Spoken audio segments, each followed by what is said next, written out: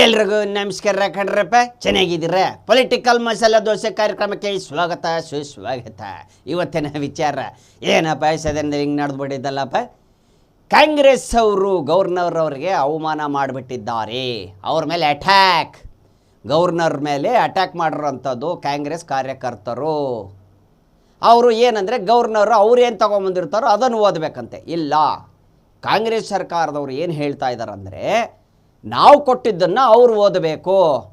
ಅವ್ರು ಓದಲ್ಲ, ಅವ್ರಿಗೆ ಓದಕ್ಕೆ ಬರಲ್ಲ. ಅವರು ಏನು ತೊಗೊಂಬಂದಿರ್ತಾರೋ ಅದನ್ನು ಓದ್ತಾರೆ. ಬಟ್ ಇಲ್ಲ, ರೂಲ್ಸ್ ಪ್ರಕಾರ ನಾವೇನು ಕೊಡ್ತೀವೋ ಅದನ್ನು ಓದಬೇಕು. ಇವ್ರು ಯಾಕೆ ಓದಲ್ಲ, ಗವರ್ನರು ರಾಜ್ಯಪಾಲರು ಯಾಕೆ ಓದಲ್ಲ ಅಂಥೇಳಿ ಇವಾಗ ಅದೊಂದು ಕಿರಿಕೆ ಅದು ಬಿಟ್ಟದೆ ಕಣಪ್ಪ. ಇನ್ನು ಅದು ಬಿಡ್ರಪ್ಪ, ಇನ್ನು ಹರಿಪ್ರಸಾದ್ ಅವ್ರದ್ದು ಜುಬ್ಬ ಹರಿದಾಕ್ಬಿಟ್ಟವ್ರಂತೆ ಕಣಪ್ಪ. ಅದು BJP ಅವ್ರು ಹರಿದಾಕ್ಬಿಟ್ಟವ್ರಂತೆ. ಗುಂಪಲ್ಲಿ ಗೋವಿಂದ ಆಗೋಗ್ಬಿಟ್ಟದೆ ಇವತ್ತು ಸದನದಲ್ಲಿ. ಗುಂಪಲ್ಲಿ ಗೋವಿಂದ ಯಾಕಂತ ಗೊತ್ತಿಲ್ಲ ಕಣಪ್ಪ. ಗವರ್ನರ್ ಅವ್ರು ಬಂದವ್ರೆ, ಅವ್ರಿಗೊಂದು ಮರ್ಯಾದೆ ಅನ್ನೋದು ಇರುತ್ತೆ, ಅವ್ರಿಗೊಂದು ಗೌರವ ಇದೆ, ಎಲ್ಲರೂ ರೆಸ್ಪೆಕ್ಟ್ ಕೊಡ್ಬೇಕು ಅವ್ರಿಗೆ.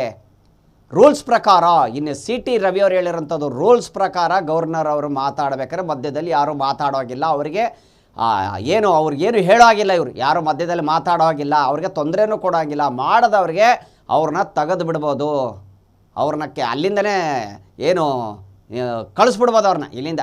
ನೀವು ಏನೂ ಇಲ್ಲ, ನೀವು ಹೋಗ್ತಾ ಇರ್ಬೋದು ಮನೆಗೆ ಅಂತ ಕಳಿಸ್ಬಿಡ್ಬೋದು, ಅಷ್ಟು ಪವರ್ ಇದೆ. ಅವ್ರಿಗೆ ಅವಮಾನ ಮಾಡಿರೋಂಥದ್ದು ಕಾಂಗ್ರೆಸ್ನವರು. ಗೊತ್ತಿಲ್ಲ, ಒಟ್ಟು ರಾಜ್ಯಪಾಲರು ಮಾತಾಡ್ಬೇಕಾದ್ರೆ ತೊಂದರೆ ಕೊಟ್ಟಿರೋಂಥದ್ದು. ಬೇಡ, ನಾವು ಕೊಟ್ಟಿದ್ದು ಓದಿ ಅಂತ. ಅವರಿಲ್ಲ, ನಾವು ತಂದಿದ್ದು. ಪ್ರತಿ ಸತಿ ನಡೆಯೋದು ಹಿಂಗೆ ಅಂತೆ, ಯಾವಾಗ ನಡೆಯೋದು ಹಿಂಗೆ. ಅವ್ರು ಏನು ತೊಗೊಂಡಿರ್ತಾರೋ ಅದನ್ನೇ ಓದ್ತಾರೆ. ಆದರೆ ಇವರು ನಾವು ಕೊಟ್ಟಿದ್ದನ್ನು ಓದಿ ಅಂತ ಅವ್ರು ಓದಲಿಲ್ಲ ಅದನ್ನು. ಸೊ ಹೀಗಾಗಿ ಎಲ್ಲರೂ ಸೇರಿಕೊಂಡು ಕಾಂಗ್ರೆಸ್ ಅವರು ಫುಲ್ ಅಡ್ಡ ಹಾಕ್ಬಿಟ್ಟವ್ರಂತೆ. ಅವ್ರಿಗೆ ಅಡ್ಡ ಹಾಕಿರೋಂಥದ್ದು ರಾಜ್ಯಪಾಲರಿಗೆ. ಆವಾಗ ಹರಿಪ್ರಸಾದ್ ಅವ್ರದ್ದು ಶರ್ಟ್ ಹರಿದು ಬಿಟ್ಟವ್ರಂತೆ ಹಿಂದೆಗಡೆ, ಕುರ್ತಾ ಹರಿದು ಹೋಗ್ಬಿಟ್ಟಿದೆ ಹಿಂದೆಗಡೆ. ಈಗ ಅದಕ್ಕೆ ಪ್ರದೀಪ್ ಈಶ್ವರ್ ಸಾಹೇಬ್ರು ಏನು ಹೇಳೋರಪ್ಪ ಅಂದರೆ, BJP ಅವರು ಗುಂಡಾಗಿರಿ ಮಾಡ್ತಾರೆ, ರೋಮಿಯೋಗಳು, ರೌಡಿಗಳು. BJP ಅವರು ರೌಡಿಗಳಂತೆ, ಅವರೇ ಹರಿದಿರೋದಂತೆ ಅವ್ರ ಬಟ್ಟೆನ. BJP ಅವರೇ ಹರಿದಿರೋದು ಅಂತ ಪ್ರದೀಪ್ ಈಶ್ವರ್ ಸಾಹೇಬರು ಹೇಳ್ತಿರೋಂಥದ್ದು. ಹರಿಪ್ರಸಾದ್ ಅವರು ಬಟ್ಟೆನ ಹರಿದಿರೋದು BJP ಅವರು ರೌಡಿಗಳು ಅಂತ ಹೇಳಿರೋದು ಪ್ರದೀಪ್ ಈಶ್ವರ್ ಸಾಹೇಬರು ಹೇಳ್ಬಿಟ್ಟವ್ರೆ ಕಣಪ್ಪ. ಅವರೇ ಹರಿದಿರೋಂಥ ರೌಡಿಗಳು ಅಂತ ಅವ್ರಿಗೆ ಹೇಳಿರೋದು. ಯಾಕೆ ಹೇಳೋರು ಏನೋ ಗೊತ್ತಿಲ್ಲ ಕಣಪ್ಪ. ಹರಿದಿರೋದು ಯಾರೋ ಏನೋ ಗೊತ್ತಿಲ್ಲ. ಕ್ಯಾಮ್ರಾಗಳು ಇರ್ತಾವೆ ಕಣಪ್ಪ, ತನಿಖೆ ಮಾಡಿದ್ರೆ ಎಲ್ಲ ಗೊತ್ತಾಗುತ್ತೆ, ಯಾರು ಮುಟ್ಟಿದ್ರು, ಯಾರು ಹರಿದ್ರು, ಏನು ಮಾಡಿದ್ರು ಅಂತ ಎಲ್ಲ ಗೊತ್ತಾಗುತ್ತೆ ಅವಾಗ. ಕರೆಕ್ಟ್ ಅಲ್ಲೇನಪ್ಪ. ಇನ್ನು CT ರವಿ ಸಾಹೇಬ್ರು ಹೇಳಿರೋಂಥದ್ದು ಗವರ್ನರ್ ಅವ್ರಿಗೆ ಅವಮಾನ ಮಾಡಿರೋಂಥದ್ದು, ರಾಜ್ಯಪಾಲರಿಗೆ ಅವಮಾನ ಮಾಡಿದ್ದಾರೆ. ಬುಕ್ಕೆ ಇದೆ ಅದ್ರ ಬಗ್ಗೆ. ಅವ್ರಿಗೆ ಅವಮಾನ ಮಾಡೋ ಹಾಗಿಲ್ಲ. ನೋಡ್ಕೊಳ್ಳಿ ಹೆಂಗಿದೆ, ಇಲ್ಲಿ ಇದರೊಳಗಿದೆ ಕಾನೂನು ಹೆಂಗಿದೆ ನೋಡಿ, ಪ್ರತಿಯೊಂದು ಇದೆ ಇದರೊಳಗೆ. ರೂಲ್ಸ್ ಆ್ಯಂಡ್ ರೆಗ್ಯುಲೇಷನ್ಸ್ ಫಾಲೋ ಮಾಡಬೇಕು. ಕಾಂಗ್ರೆಸ್ ಅವರು ಮಾಡಿಲ್ಲ ಅನ್ನೋದು ಒಂದು ಶೆಟ್ಟಿದೆ. ಓಕೆನಪ್ಪ. ಇನ್ನು ಅಶೋಕ್ ಸಾಹೇಬರು ಹೇಳಿರೋಂಥದ್ದು ಏನು, ಪಾಪ ಗವರ್ನರ್ ಅವರಿಗೆ ರಾಜ್ಯಪಾಲರಿಗೆ ಏನು ಮಾಡಿದ್ರು, ಏನು ತೊಂದರೆ ಕೊಟ್ಟರು, ಕಾಂಗ್ರೆಸ್ನವ್ರು ತುಂಬ ತೊಂದರೆ ಕೊಟ್ಟರು ಅಂಥದ್ದು. ಇವ್ರಿಗೆಲ್ಲ ಏನು ಬುದ್ಧಿ ಇಲ್ಲ, ವಿದ್ಯಾಬುದ್ಧಿವಂತರಲ್ಲ ಅಲ್ಲಿರೋರು. ರಾಜ್ಯಪಾಲರಿಗೆ ಹೆಂಗೆ ಅವ್ರಿಗೆ ಇದು ಮಾಡಿದ್ದಾರೆ, ಅವಮಾನ ಮಾಡಿರೋಂಥದ್ದು ಅವ್ರಿಗೆ. ಪಾಪ ಅವರು ಹೊರಟು ಬಿಟ್ರು ಅಲ್ಲಿಂದ. ಎಲ್ಲ ತೊಂದರೆಗಳು ನೋಡಿಬಿಟ್ಟು ಅಶೋಕ್ ಸಾಹೇಬ್ರು ಹೇಳಿರೋಂಥದ್ದು ಕಣಪ್ಪ. ಏನರಪ್ಪ ಹಿಂಗೆಲ್ಲ ನಡೀತಾವಲ್ಲ ಕಣಪ್ಪ, ಈ ಥರ ಎಲ್ಲ ಆಗ್ಬಿಡೋದಂತ ತೊಂದರೆ ಆಗ್ಬಿಟ್ಟದೆ. ರಾಜ್ಯಪಾಲರಿಗೆ ತೊಂದರೆ ಮಾಡಿರೋಂಥದ್ದು ಮಾಡಬಾರ್ದು, ಮಾಡಿಬಿಟ್ಟವ್ರಿ ಅವಮಾನ. ಸೊ ಈಗ ಏನಾಗ್ತಾ ಇದೆಯಪ್ಪ ಅಂತಂದರೆ, ಇವಾಗ ಪಾಪ ಆಮೇಲೆ ಇನ್ನೊಂದು DK ಶಿವಕುಮಾರ್ ಸಾಹೇಬ್ರದ್ದು ಒಂದು ಕಣಪ್ಪ. ಅವ್ರದ್ದು ಸೀಟಿನ ವಿಚಾರ, ಪಾಪ ಅವ್ರ ಚಿಂತೆ ಅವ್ರಿಗೆ ಅಲ್ವೇನಪ್ಪ. ಅವ್ರಿಗೆ ಪಾಪ ಸೀಟಿನ ಚಿಂತೆ ಅವ್ರಿಗೆ. ಇನ್ನು 2 ವರ್ಷ ಐತೆ ಆಗಬೇಕು ಅಂತೇಳಿ. ಇನ್ನು ಸತೀಶ್ ಜಾರಕಿಹೊಳಿ ಸಾಹೇಬರು ಸೌಕಾರರ ಬಗ್ಗೆ ಫುಲ್ಲು ಮೊನ್ನೆ ಎಲ್ಲರೂ ಏನು ಕಾರ್ಯಕರ್ತರು, ಕಾಂಗ್ರೆಸ್ ಕಾರ್ಯಕರ್ತರು ಕೆಲವು ಜನ ಅವರು ಬೆಳಗಾವಿಯಲ್ಲಿ ಅವ್ರು ಹೇಳಿರೋಂಥದ್ದು, ಜೈ CM, ಮುಂದಿನ CMಗೆ ಜೈ ಜೈ ಅಂದ್ಬಿಟ್ಟವ್ರೆ. ಅದಕ್ಕೆ ಸತೀಶ್ ಸಾಹೇಬ್ರು ಹೇಳೋರೆ, ಜಾರಕಿಹೊಳಿ ಸಾಹೇಬರು ಅವ್ರು ಹೇಳ್ತಾರೆ, ಅಭಿಮಾನಿಗಳು ಪ್ರೀತಿಗೆ ನನ್ನ ನೋಡಬೇಕಂತ ಆಸೆ ಪಡ್ತಾರೆ CM ಸೀಟಲ್ಲಿ. ಆದರೆ ಈಗ ನನಗೇನಿಲ್ಲ, ಈಗ ಯಾರಾಗಬೇಕು ಅವ್ರು ಹಾಕ್ಕೊಳ್ಳಿ, ನನಗೇನು ತೊಂದರೆ ಇಲ್ಲ. 2028ಕ್ಕೆ ನಾನು ಹಾಕ್ತೀನಿ ಅಂತ ಅವ್ರು ಹೇಳ್ಬಿಟ್ಟವ್ರೆ. 2028ಕ್ಕೆ ನಾನು ಹಾಕ್ತೀನಿ ಅಂತ. ಆದರೆ ಇಲ್ಲಿ ನೋಡಿದ್ರೆ ಯಾರು ಜಮೀರ್ ಅಹಮದ್ ಸಾಹೇಬ್ರು ನೋಡಿದ್ರೆ, ಈಗ 5 ವರ್ಷ ಸಿದ್ದರಾಮಯ್ಯ ಸಾಹೇಬ್ರೇ ಕಳೀತಾರೆ, 5 ವರ್ಷವೂ ಅವರೇ ಇರ್ತಾರೆ CM ಆಗಿ. 2028ಕ್ಕೆ ಬೇಕಾದ್ರೆ DK ಅವರು ಆಗಲಿ ಅಂತ. ಇನ್ನು DK ಸಾಹೇಬರು, ಸತೀಶ್ ಜಾರಕಿಹೊಳಿ ಸಾಹೇಬ್ರದ್ದು ಇನ್ನು ಫುಲ್ ಅಲ್ಲಿಂದ ಕಿತ್ಲಾಟ ಮತ್ತೆ ಶುರು ಆಯ್ತದೆ 2028ಕ್ಕೆ. ಏನು, ಕಾಂಗ್ರೆಸ್ ಸರ್ಕಾರ ಬಂದರೆ ಮಾತ್ರ CM ಯಾರು ಅಂತ. ಈ ಸತಿ ಏನು ಗೆದ್ದಿದೆಯೋ, ನೆಕ್ಸ್ಟ್ ಸತಿ ಯಾರು ಗೆಲ್ತಾರೋ ಏನು ಅನ್ನೋದು ಇನ್ನು ಜನಗಳು ಅಭಿಪ್ರಾಯ, ಅದು ಜನಗಳು ನಿರ್ಧಾರ ಮಾಡ್ತಾರೆ. ಕರೆಕ್ಟ್ ಅಲ್ವಾ. ಇವರೇ ಡಿಸೈಡ್ ಮಾಡ್ಕೊಂಬಿಟ್ರೆ ಹೆಂಗ್ರಪ್ಪ, ನಾವು ಗೆಲ್ತೀವಿ 2028ಕ್ಕೆ, ನಾವು ಇನ್ನು 5 ವರ್ಷ ಇರ್ತೀವಿ, BJP ಅವ್ರು ನಾವು ಅಂತಾರೆ, JDS ನಾವು ಅಂತಾರೆ. ಯಾರು ಇದು ನಿರ್ಧಾರ ಮಾಡೋರು ಯಾರು?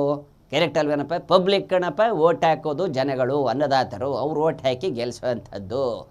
ಯಾರಿಲ್ಲಿ ಯಾರು ಏನು ಮಾಡಿದ್ರು ನಡೆಯಲ್ಲ. ಯಾಕೇನ್ರಪ್ಪ. ಇನ್ನೂ ವಿಚಾರಗಳು ಯಾವಾಗ ಕಣಪ್ಪ, ಇನ್ನು ಲಕ್ಕೊಂಡಿ ಒಳಗಡೆ ಮತ್ತೆ ಸಿಕ್ಕಿದೆ ಕಣಪ್ಪ, ದೇವರು ವಿಗ್ರಹ ಸಿಕ್ಕಿದೆ. ಅದು ಏನು ಕಲ್ಲಲ್ಲಿ ನಾಗರಹಾವು ಕೆತ್ತಿರೋಂಥದ್ದು, ಆ ಥರದೊಂದು ಸಿಕ್ಕಿದೆ. ಇವಾಗ ಮತ್ತೊಂದು ಸಿಕ್ಕಿರೋಂಥದ್ದು ದೇವ್ರದ್ದು. ಆ ದೇವ್ರ ಸ್ಥಳದಲ್ಲಿ ಏನು ಅಲ್ಲಿ ಮಾಡ್ತಾ ಇದ್ದಾರೋ ಭೂಮಿಯಿಂದ ಸಿಕ್ಕಿರೋಂಥದ್ದು ಮತ್ತೆ ಮಣ್ಣಲ್ಲಿ ಸಿಕ್ಕಿರೋಂಥದ್ದು. ಅಂದರೆ ಪುರಾತನ ಕಾಲದ್ದದು, ಯಾವ ಕಾಲದ್ದೇನು ಗೊತ್ತಿಲ್ಲ, ಚಾಲುಕ್ಯ ಕಾಲದ್ದು ಅಂತ ಹೇಳ್ತಾರೆ. ಸೊ ನೋಡ್ಬೇಕು, ಈಗ ಒಂದೊಂದೇ ಸಿಗ್ತಾ ಹೋಗ್ತಾ ಇದೆ, ಏನಾಗುತ್ತೆ ಏನು ಎತ್ತ ಅಂತ. ಇನ್ನು ಅಲ್ಲಿರೋರಿಗೆ ಮನೆಯವರು ಖಾಲಿ ಮಾಡಿಕೊಡ್ತೀನಿ, ನಮಗೆ ಸ್ಥಳ ಮಾಡಿಕೊಡಿ ಅಂತ. ತುಂಬ ವರ್ಷದಿಂದ ಇದ್ದೀವಿ ನಾವಲ್ಲಿ. ಇಲ್ಲಿ ದೇವಸ್ಥಾನ ಇದೆ ಒಳಗಡೆ, ಮನೆ ಒಳಗಡೆ ದೇವಸ್ಥಾನ ಇರೋವಂಥದ್ದು. ಒಬ್ಬರು ಮನೆಯಲ್ಲಿ ಲಕ್ಕುಂಡಿಯಲ್ಲಿ ದೇವಸ್ಥಾನ ಇದೆ. ಸೊ ಚಾಲುಕ್ಯ ಕಾಲದ್ದದು ಅಂತ ಹೇಳ್ತಾ ಇದ್ದಾರೆ. ಈಗ ಅದನ್ನು ನಾವು ಬಿಟ್ಕೊಡ್ಬೇಕಂದ್ರೆ ಸರ್ಕಾರದವ್ರು ನಮಗೆ ಪರಿಹಾರ ಕೊಡಲಿ, ಬೇರೆ ಕಡೆ ಮಾಡಿಕೊಡ್ಲಿ, ನಾವು ಅಲ್ಲಿಂದ ಹೊರಡ್ತೀವಿ ಅಂತ ಅವ್ರು ಹೇಳ್ತಾ ಇದ್ದಾರೆ ಕಣಪ್ಪ. ಇನ್ನೂ ವಿಚಾರಗಳೇವ ಕಣಪ್ಪ. ಇನ್ನು ಮೋದಿಯವರು ಕಣಪ್ಪ, ಹೊರಗಡೆ ದೇಶದಲ್ಲಿ ವೀಕ್ ಮ್ಯಾಗ್ಝೀನ್ ತುಂಬ ದೊಡ್ಡದದು, ಇಡೀ ದೇಶದವರೆಲ್ಲ ಓದೋಂಥದ್ದು ಆ ಮ್ಯಾಗ್ಝೀನ್ ಅದು. ಆ ಮ್ಯಾಗ್ಝೀನಿಗೆ ಇವರು ಇಂಟರ್ವ್ಯೂ ಕೊಟ್ಟಿರೋಂಥದ್ದು ಮೋದಿಯವರು. ಸೊ ಕಾಂಗ್ರೆಸ್ ಬಗ್ಗೆ ಮಾತಾಡಿದ್ದಾರೆ, ಚೈನಾ ಬಗ್ಗೆ ಮಾತಾಡಿದ್ದಾರೆ. ಸೊ ಅದು ಫಸ್ಟ್, ಇದು ಎರಡನೇ ಸತಿ ಅಂತ, ಇದು ಎರಡನೇವರು ಭಾರತದಲ್ಲಿ, ಎರಡನೇವ್ರದ್ದು ಇಂಟ್ರ್ಯೂ ತೊಗೊಂಡಿರೋದು ಅವರು.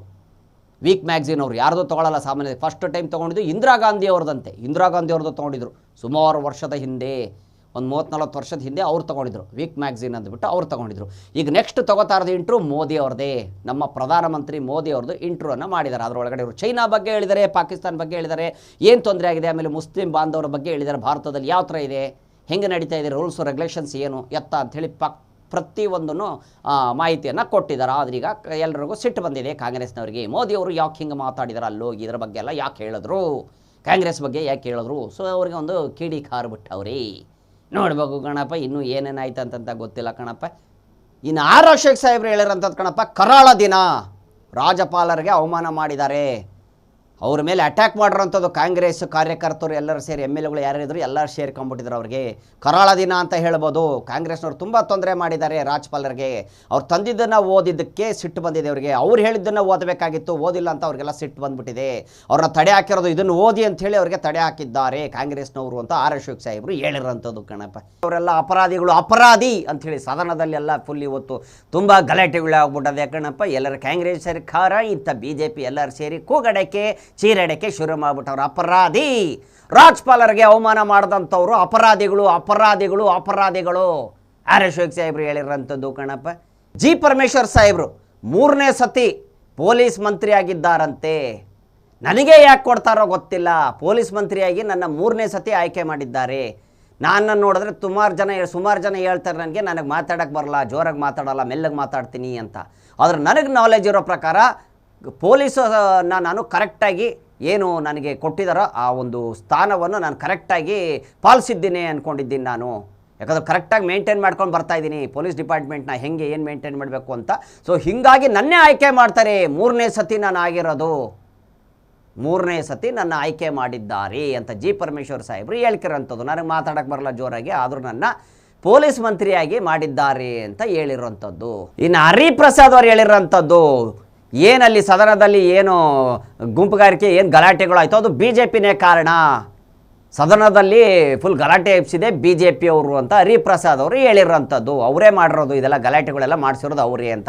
ಆದರೆ BJP ಅವರು ಹೇಳ್ತಾ ಇದ್ದಾರೆ ಗವರ್ನರ್ ಅವ್ರ ಮೇಲೆ ಅಟ್ಯಾಕ್ ಮಾಡಿದ್ದು ಕಾಂಗ್ರೆಸ್ ಕಾರ್ಯಕರ್ತರು, ಅಲ್ಲಿದ್ದಂಥ MLA ಕೆಲ ಜನ ಹೋಗಿ ಅಟ್ಯಾಕ್ ಮಾಡಿ ಇದನ್ನು ಓದಿ ಅಂತ ಮಾಡಿದ್ದಾರೆ ಅಂತ. ಆದರೆ ಹರಿಪ್ರಸಾದ್ ಅವರು ಈಗ ನೋಡಿದ್ರೆ ಹೇಳ್ತಾ ಇರೋದು ಇದು BJP ಕೈವಾಡ ಅಂತ.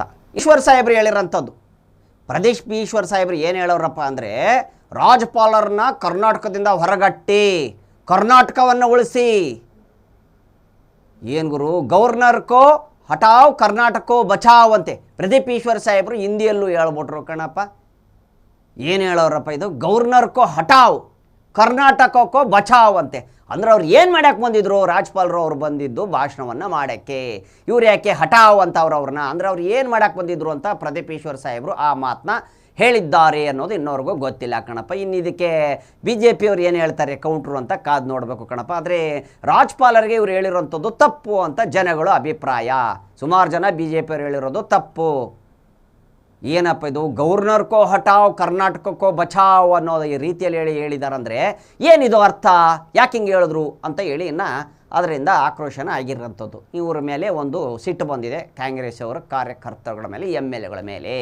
ಸಿದ್ದರಾಮಯ್ಯ ಸಾಹೇಬರು ಹೇಳಿರೋಂಥದ್ದು ಗವರ್ನರ್ ಕರ್ತವ್ಯ, ಅವರು ಓದಬೇಕು. 163, 175 ಪ್ರಕಾರ ಅವರು ಕಾನೂನು ಪ್ರಕಾರ ಅದನ್ನು ಓದಬೇಕು. ಏನಿದೆಯೋ ಅದನ್ನು ಏನು ಬರೆದು ಕೊಟ್ಟಿದೆಯೋ ಅದನ್ನು ಓದಬೇಕಾಗಿತ್ತು, ಅದು ಅವ್ರ ಕರ್ತವ್ಯ ಇತ್ತು ರೂಲ್ಸ್ ಪ್ರಕಾರ. ಓದಿಲ್ಲ ಅಂಥೇಳಿ ಆಕ್ರೋಶವನ್ನು ಹೊರಗಾಕಿರೋದು ಸಿ ಎಂ ಸಿದ್ದರಾಮಯ್ಯ ಸಾಹೇಬರು. ಸಿಟ್ಟು ಬಂದಿದೆ ನಮಗೆ, ಯಾಕೆ ನಾವು ಕೊಟ್ಟಿದ್ದು ಓದಿಲ್ಲ, ಅವರು ಬರ್ಕೊಂಡು ಬಂದಿದ್ದೇನೆ ಓದಿ ಹೋಗಿದಾರಲ್ಲ. ಆರ್ಟಿಕಲ್ 176, 163 ಆರ್ಟಿಕಲ್ 176, 163 ಪ್ರಕಾರ ಗವರ್ನರ್ ಅವರು ಓದಬೇಕು. ಅದಕ್ಕೆ ಸಿದ್ದರಾಮಯ್ಯ ಸಾಹೇಬರಿಗೆ ಸಿಟ್ಟು ಬಂದಿದೆ. ಪ್ರದೀಪ್ ಈಶ್ವರ್ ಅವರಿಗೆ ಆಮೇಲೆ ಇನ್ನು BJP ಸದಸ್ಯರು ಒಬ್ಬರಿಗೆ ಅಂಟ್ಕೊಂಡ್ಬಿಡಿದ್ವು ಕಣಪ್ಪ ಸದನದಲ್ಲಿ. ಏನಪ್ಪ ಅಂದರೆ ರಾಷ್ಟ್ರಗೀತೆ ಆಡ್ಬೇಕಾದ್ರೆ ಇವ್ರಿಗೆಲ್ಲ ತೊಂದರೆ ಕೊಡೋದು ಗೊತ್ತಿದೆ, ಪಾಕಿಸ್ತಾನ್ ಜಿಂದಾಬಾದ್ ಅಂತ ಹೇಳ್ಬೇಕಾದ್ರೆ ಇವ್ರಿಗೆಲ್ಲ ತುಂಬ ಖುಷಿಯಾಗಿತ್ತು, ಇವರೆಲ್ಲ ಅದಕ್ಕೆಲ್ಲ ಸುಮ್ಮನೆ ಆಗ್ಬಿಡ್ತಾರೆ ಅಂಥೇಳಿ ಈ ಥರದ್ದೊಂದೆಲ್ಲ ಮಾತುಕತೆಗಳೆಲ್ಲ ಆಯಿತು ಸದನದಲ್ಲಿ ಇವತ್ತು. BJP ಅವರು ಹೇಳಿದ್ದಂಥದ್ದು ಮಾತಿದು, BJP ಒಬ್ಬರು ಹೇಳಿರೋದು, MLA ಅವ್ರು ಹೇಳಿರೋಂಥದ್ದು. ಪ್ರದೀಪ್ ಈಶ್ವರ್ ಅವರು ಅವರಿಗೆ ಟಕ್ಕರು, ಮಾತುಕತೆಗಳು ಹಿಂಗೆ ಜಾಸ್ತಿ ಆಗ್ಬಿಡ್ತು ಇವತ್ತು ಸದನದಲ್ಲಿ.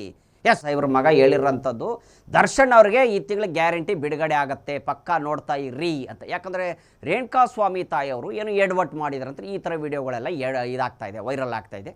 ಗೊತ್ತಿಲ್ಲ ಕಣಪ್ಪ, ಅಭಿಮಾನಿಗಳು ತುಂಬ ಖುಷಿಯಾಗ್ಬಿಟ್ಟವ್ರೆ. ದಿ ಬಾಸ್ ಬಂದೇ ಬರ್ತಾರೆ ಹೊರಗಡೆ, ಇವಾಗ ಕಾಲ ಕೂಡ ಬಂತು, ದಿ ಬಾಸ್ಗೆ ಹೊರಗಡೆ ಬರೋಕ್ಕೆ ಕಾಲ ಕೂಡ ಬಂದಿದೆ ಅಂಥೇಳಿ ಇನ್ನು ಎಲ್ಲರೂ ಕಾಯ್ತಾರಂಥದ್ದು ಅಭಿಮಾನಿಗಳು. ಕೃಷ್ಣ ಸಾಹೇಬ್ರಿಗೂ ಮತ್ತು ಆರ್ ಅಶೋಕ್ BJP ಅವ್ರಿಗೂ ಇಬ್ಬರಿಗೂ ಅಲ್ಲಿ ಫುಲ್ಲು ಟಕಾಫರ್ ಆಗಿರುವಂಥದ್ದು. ರಾಜ್ಯಪಾಲರು ಇವಾಗೆಲ್ಲ ಸುಮಾರು ವರ್ಷಗಳಿಂದ ಸ್ವತಂತ್ರ ಬಂದಾಗ ರಾಜ್ಯಪಾಲರು ಬಂದು ಎಲ್ಲ ಭಾಷಣ ಮಾಡುವಂಥದ್ದು ಇದ್ದೇ ಇದೆ. ಆದರೆ ಇಲ್ಲಿ ಇವತ್ತು ನಡೆದಿರೋಂಥದ್ದು ಕರಾಳ ದಿನ ಅಂತ ಹೇಳ್ಬಿಟ್ರು ಆರ್ ಅಶೋಕ್ ಸಾಹೇಬರು. ಬಾಲಕೃಷ್ಣ ಸಾಹೇಬ್ರು ಸಿಟ್ಟು ಬಂದ್ಬಿಟ್ಟಿದೆ. ಹಿಂಗಾಗಿ ಅವರಿಬ್ಬರಿಗೂ ಟಕಾಫರ್ ಆಯಿತು ಕಣ್ರಪ್ಪ, ಫುಲ್ಲು ಕಿತ್ಲಾಟ ಶುರು ಆಗಿಬಿಟ್ಟಿತ್ತು ಸದನದಲ್ಲಿ. Okay, yes. ಇನ್ನು ಇವತ್ತಿನ ವಿಚಾರ ಎಷ್ಟಾಗಿತ್ತು ಕಣಪ್ಪ, ಸುದ್ದಿಗಳಿಗೆ ಏನು ಕಡಿಮೆ ಸಿಗ್ತಾನೆ ಇರ್ತವೆ ಕರ್ನಾಟಕದಲ್ಲಿ. ಕಣ್ಣಿಂದ ನೋಡಿದ್ದು ಕಿವಿಯಿಂದ ಕೇಳಿದ್ದು ಮಾತ್ರ ನಾನು ಹೇಳೋದು. ಇವತ್ತು ಯಾರ್ಯಾರು ಪೊಲಿಟಿಕಲ್ ಮಸಾಲೆ ದೋಸ್ತು ನೋಡಿದ್ರು ಎಲ್ಲ ಅನ್ನೋದತ್ರಗೂ ಧನ್ಯವಾದಗಳು. ನಿಮ್ಮೆಲ್ಲರ ಓಟು ಯಾರಿಗೆ? ನನಗೆ. ನಿಮ್ಮೆಲ್ಲರ ಓಟು ಯಾರಿಗೆ? ನನಗೆ ಓಟ್ ಬರಲ್ಲ. ಶೇಂಬುಲಿಂಗ ಬರ್ತೀನಿ ಕಣ್ರಪ್ಪ. ಎತ್ಲ ಕಾರ್ನ ವಿಧಾನಸೌಧಕ್ಕೆ ಹೋಗ್ಬೇಕು, ನೋಡ್ಬೇಕಲ್ಲ ಸದನದಲ್ಲಿ ಏನೇನು ನಡೀತೈತಂತ. ಬರಲಿ ಏನ್ರಪ್ಪ ಶೇಂಬುಲಿಂಗ ಎತ್ಲ ಕಾರ್ನ ಬರಬೇಕು. ಕಾರ್ ಈ ಕಡೆ ತಗೊಂಬರ್ಲೆ.